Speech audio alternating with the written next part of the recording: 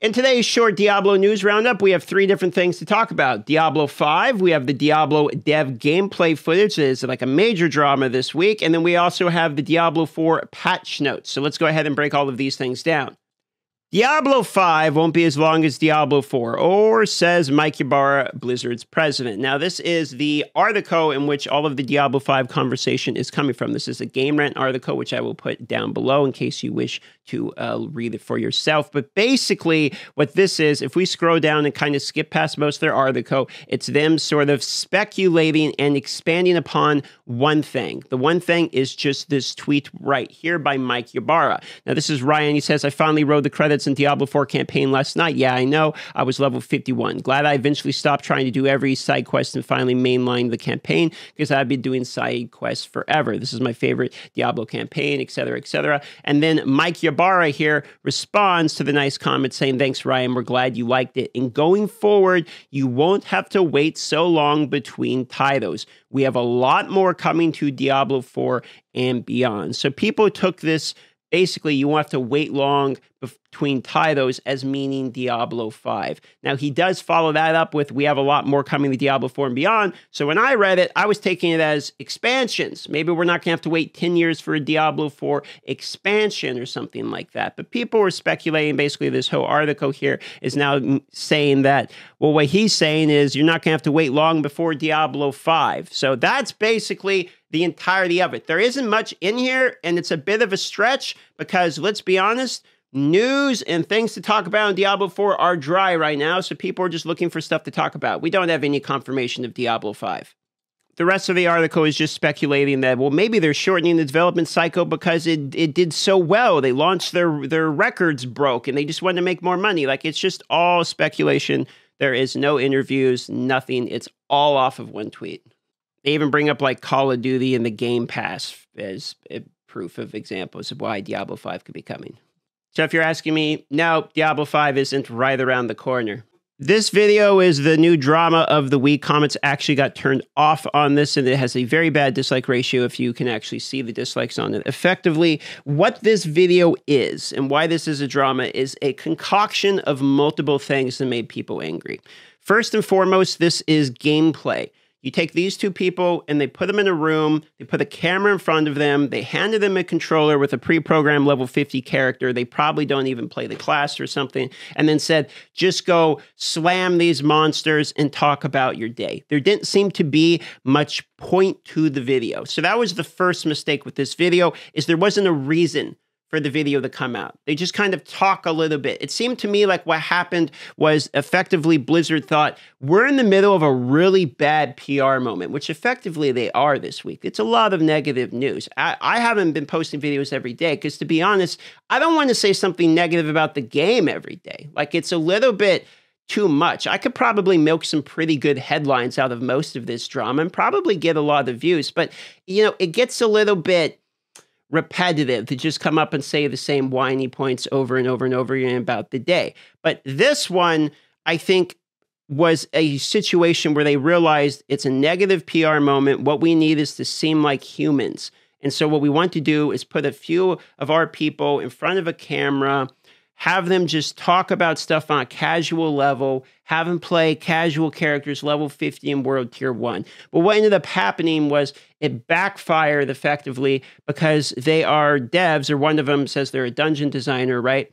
And because of that, people are saying, so you're the reason that the game sucks. Like, you're level 50, you're dying in World Tier 1. They basically only use basic attacks all the way through this footage, and then they use core skills like 2 or 3 times while dying in World Tier 1, etc. It seems blatantly obvious to me that this is either characters they don't play, classes they don't understand, gameplay could literally be pre-recorded and they're just button mashing, or they're purposely trying to make the dungeon last forever because they have to record 45 minutes of footage and whittle it down to 10 minutes or whatever for this video. I actually blame this mostly on whoever designed and implemented this video. I'm not mad at these two devs for not doing anything other than button mashing in this. They were told probably to sit down and talk about their job for like 30 minutes is what I would assume happened. I think this was a terrible execution of what their actual strategy was, which I believe what their strategy is to get some humanity into their company. Have it look like here's two people that develop the game, have it be a bit of a PR moment. I think they could have executed this much better by having these two people walk around the office, showing where they work, what they do, what their day-to-day life looks like when developing the game.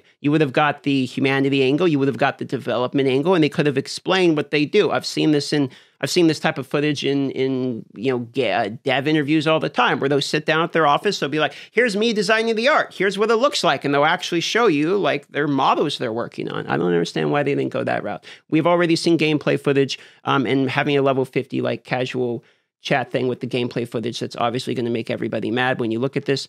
Just seems like poor execution. I actually kind of feel bad for these two people, because honestly, do I care if these two people, out of all the people that developed the game, do I care if these two people know how to play Diablo 4?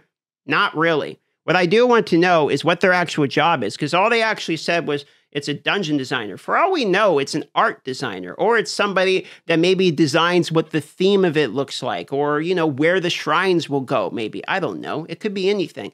But because of the gameplay footage, the lack of a direct definition of what their role is within the company, we're having all these wild takes about how these two people are the ones that are balancing dungeons. They do all the nightmare dungeon changes. They're the ones that are the problems with the nerfs, etc. And then you throw in the fact it's a couple girls holding controllers, then you're going to end up with a combat turned off situation. So for me, am I mad at them? No, I don't remotely care that they spam basic attacks through it. However, I do think that whoever approved this or watched this video and thought, this is going to go well, it's like, what were you thinking?